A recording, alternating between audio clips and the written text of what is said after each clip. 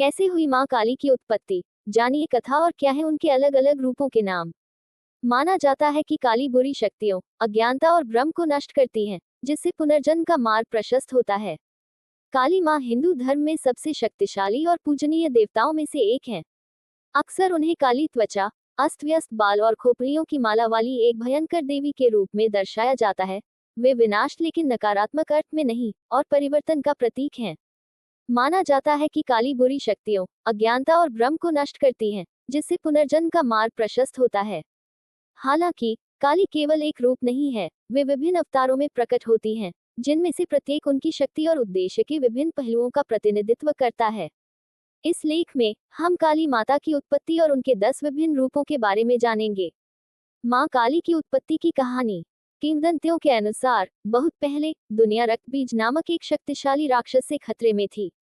उसे भगवान शिव से एक विशेष वरदान प्राप्त था, जिसके अनुसार जब भी उसके खून की एक बूंद धरती को छुएगी तो वह उसके समान ही शक्तिशाली राक्षस को जन्म देगी। इसने उसे लगभग अजेय बना दिया, क्योंकि चाहे देवता उससे कितनी भी कड़ी लड़ाई क्यों न लड़े, हर घाव युद्ध के मैदान में दुश्मन को और भी अधिक बढ़ा देता था। देवता असहाय थे। इंद्र और विष्णु जैसे शक्तिशाली योद्धा भी रक्तबीज को नहीं हरा सके। विकट स्थिति को देखते हुए उन्होंने मदद के लिए देवी दुर्गा की ओर रुख किया।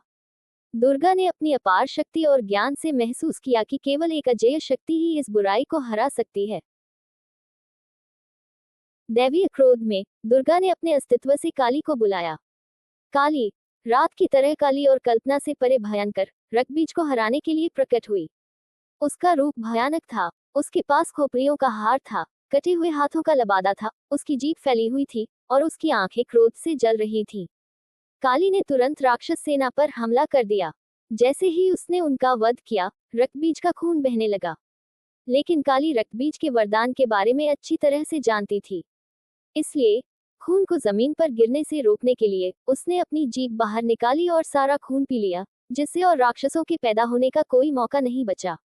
इस रणनीति के साथ काली रक्तबीज पर काबू पाने में कामयाब रही। आखिरकार उसे मार डाला और ब्रह्मांड में शांति बहाल कर दी। काली का तांडव। रक्तबीज और उसकी सेना को नष्ट करने के बाद काली का क्रोध बेकाबू हो गया। उसने विनाश का अपना नृत्य शुरू किया, जिससे दुनिया के विनाश का खतरा पैदा हो गया। देवता चिंतित हो गए, क्योंकि प्रकृति का संतुलन भी खतरे में था। इसलिए भगवान शिव उसे रोकने और उसे शांत करने के लिए आगे आए। वह लाशों के बीच युद्ध के मैदान में लेट गए, खुद को काली के पैरों के नीचे रख दिया। जब काली ने उस पर पैर रखा तो उसे अचानक एहसास हुआ कि वह क्या कर रही थी और उसका क्रोध शांत हो गया। उसने शर्मिंदगी में अपनी जीभ बाहर निकाली और अपना नृत्य रोक दिया, जिससे दुनिया में शांति बहाल हो गई। शिव पर पैर रखने का ये कार्य उनकी विनाशकारी ऊर्जा के जम जाने का प्रतीक है, जो ये दर्शाता है कि यद्यपि काली में अपार शक्ति है, फिर भी वह नियंत्रण से बाहर नहीं है। मां काली के कितने रूप। कोष्टक। काली, तारा, त्रिपुर सुंदरी, षोडशी, भुवनेश्वरी, भैरवी, छिन्नमस्ता, धूमावती, बगलामुखी, मातंगी, कमलात्मिका,